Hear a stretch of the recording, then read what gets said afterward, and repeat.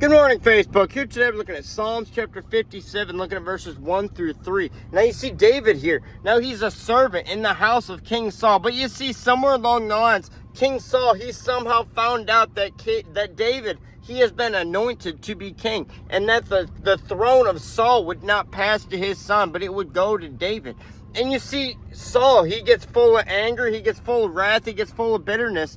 And once again, he finds himself trying to take the life of David. And you see David has to flee the palace.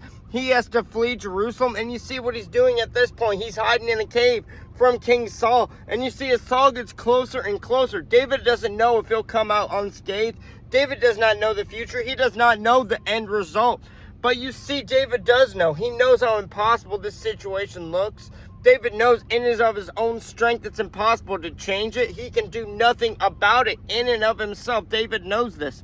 But you see, as you look at verses 1 and 2, you see David's decision. You see as he's in that crossroads and he has that choice to make. Look to your own strength and find a solution.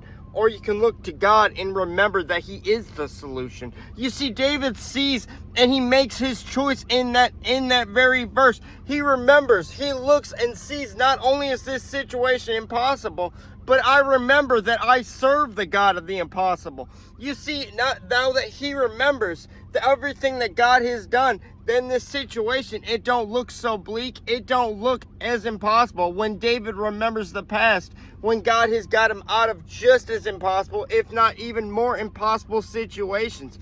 You see, when David remembers all the impossible things, you see in 1 Samuel chapter 17, David can recollect situations just like this. You see, right before he went to go battle Goliath, you see, he tells King Saul that he has gone up against a lion. He has gone up against a mighty bear. Things that should have taken his life.